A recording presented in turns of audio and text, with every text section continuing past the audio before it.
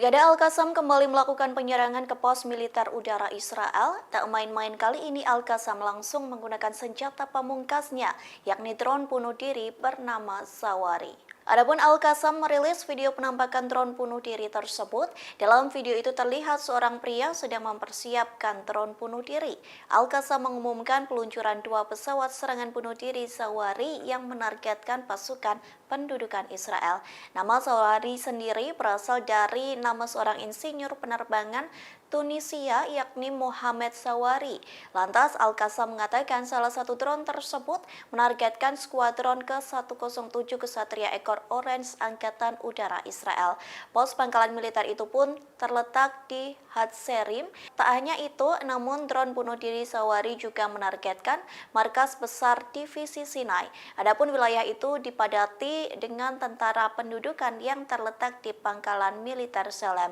Di satu sisi, radio Angkatan Darat Israel mengatakan bahwa Iron Dome-nya berhasil mencegat sebuah drone kecil yang diluncurkan dari Gaza. Namun Israel tidak menyebutkan secara spesifik lokasi serangan tersebut.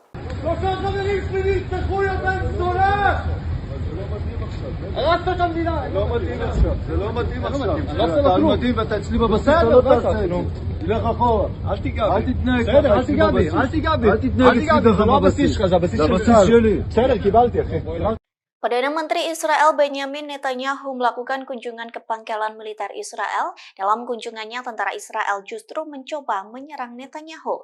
Penyerangan itu terjadi lantaran ia merasa Netanyahu menghancurkan Israel.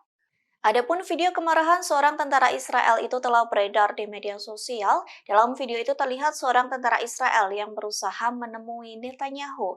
Ia pun meluapkan kemarahan lantaran merasa bahwa Netanyahu membuat rekan-rekan militernya tewas. Bahkan tentara Israel itu merasa bahwa Netanyahu menyembunyikan fakta yang tidak diketahui oleh pasukannya sendiri. Dikutip dari Middle East, tentara Israel marah terhadap Netanyahu lantaran berusaha lepas dari tanggung jawab atas kegagalan memprediksi serangan Hamas pada 7 Oktober silam. Sebaliknya, Netanyahu justru menyalahkan tentara Israel yang gagal menangkis serangan Hamas. Seorang pejabat militer yang tidak disebutkan namanya mengatakan Netanyahu mengatur kampanye. Hal itu dilakukan dengan mengumpulkan bukti-bukti yang memberatkan tentara Israel. Bahkan Netanyahu secara aktif berupaya membangun argumennya melawan tentara.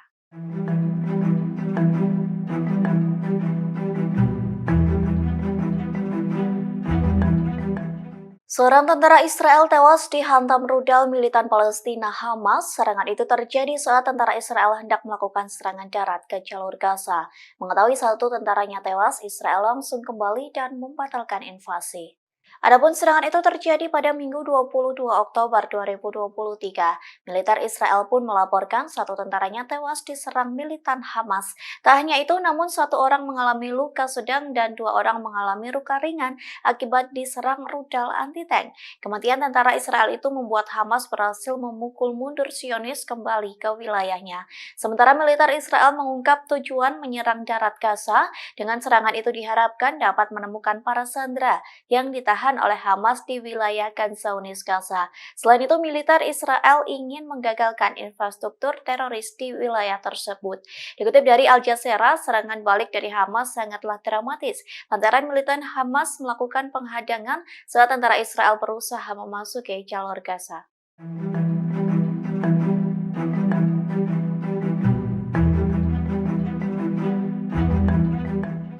Hizbullah disebut habis kesabaran dengan Amerika Serikat yang terus membantu Israel dalam perang dengan Hamas.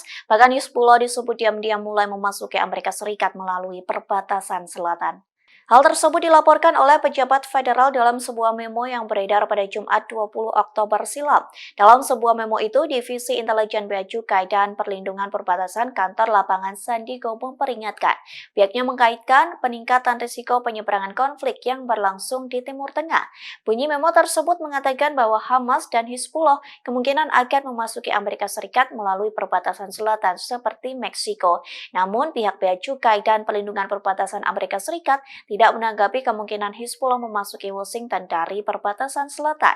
Sementara hal senada juga pernah disampaikan oleh mantan Presiden Amerika Serikat yakni Donald Trump yang mengatakan bahwa musuh berpotensi menyusup ke Amerika Serikat melalui perbatasan selatan jika negara tersebut terus mengabaikan krisis migran.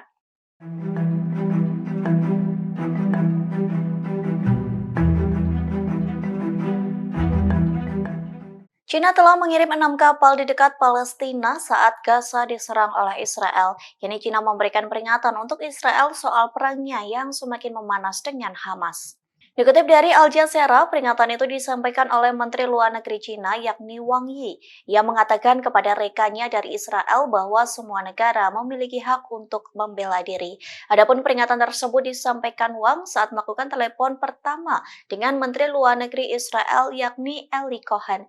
Telepon tersebut pun menjadi pertama kalinya dilakukan China sejak perang Hamas-Israel pertama kali. Dalam telepon yang dilakukan hari ini, Wang menekankan bahwa Israel harus mematuhi hukum kemanusiaan internasional. Jika hal itu terjadi, maka sama saja melindungi keselamatan warga sipil. Pihaknya pun berjanji akan melakukan yang terbaik untuk mendukung upaya kondusif terhadap perdamaian. Sementara diketahui hingga saat ini China menahan diri agar tidak secara langsung mengutuk Hamas atas serangan 7 Oktober. China berusaha pada posisi netral atas perang tersebut.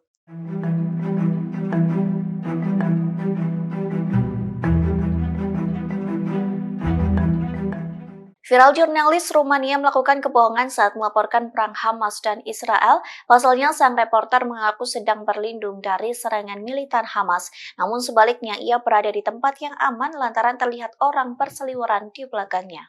Adapun video tersebut telah beredar di media sosial. Wanita berkaus merah muda itu sedang tiarap dan berada di balik mobil putih. Ia pun sedang melaporkan perkembangan terkini perang Israel-Hamas. Dalam laporannya, ia mengaku bersembunyi untuk berlindung dari serangan militan Palestina. Sang jurnalis pun menampilkan rasa ketakutannya terhadap situasi konflik. Namun pada kenyataannya, jurnalis wanita itu tidak berada di tengah ketegangan perang. Sebaliknya, ia berada di lingkungan aman lantaran banyak warga Israel yang berjalan dan bersepeda tanpa rasa takut. Sontak video yang viral ini langsung menuai kecaman dari berbagai pihak.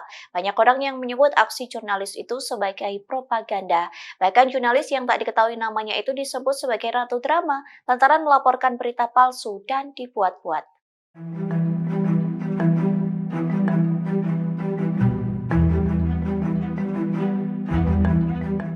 Tentara Israel disebut melakukan penyiksaan terhadap pejabat Hamas, bahkan penyiksaan itu terus dilakukan hingga pejabat Hamas tewas. Adapun tuduhan tersebut dilontarkan oleh militan Hamas. Dalam sebuah pernyataannya, Hamas mengatakan bahwa tentara Israel membunuh tahanan Palestina dan anggota senior gerakan Hamas yakni Omar Hamzah Drakma. Dilaporkan Drakma ditahan secara administratif di penjara Megiddo, Israel. Drakma merupakan pemimpin Tubas berusia 58 tahun yang ditangkap bersama putranya saat awal operasi Banjir Al-Aqsa. Menurut sumber-sumber Palestina, sebagai bagian dari kampanye penahanan luas yang dipimpin oleh pasukan pendudukan Israel di seluruh tepi barat. Dalam pernyataan selanjutnya, Hamas membenarkan bahwa tahanan yang mati syahid, terlebih Drakma disiksa sampai mati saat ia ditahan di penjara Israel. Sementara awal bulan ini, Ketua Komisi Urusan Tahanan dan Mantan Tahanan, Kadura Fares, memperingatkan meningkatnya praktik brutal Israel terhadap tahanan Palestina. Fares mengungkapkan bahwa banyak tahanan yang anggota tubuhnya dipatahkan oleh pasukan Israel.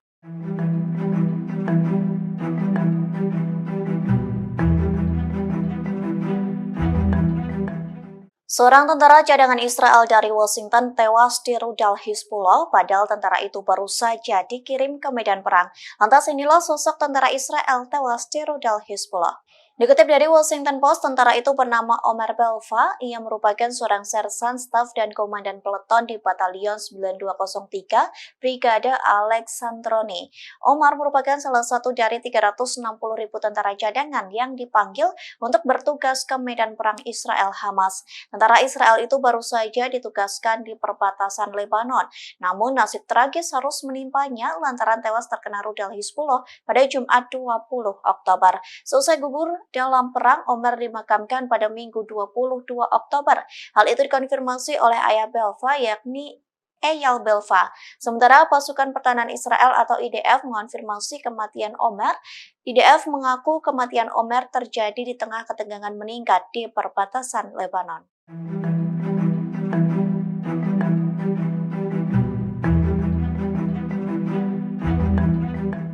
Brigade Al-Qassam mencoba melakukan penyerangan ke wilayah Israel, tepatnya Rehovot. Dalam serangan tersebut, roket Al-Qassam berhasil menembus pertahanan Iron Dome Israel. Inilah penampakan Rehovot seusai diserang oleh Brigade Al-Qassam. Serangan itu mengakibatkan wilayah Rehovot langsung porak-poranda. Pasalnya, bangunan termasuk rumah warga langsung hancur hingga nyaris rata dengan tanah.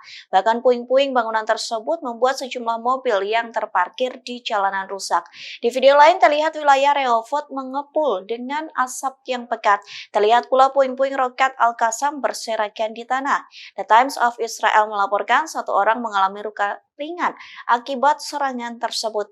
Adapun korban merupakan seorang wanita sekira berusia 30 tahun yang terluka akibat pecahan peluru.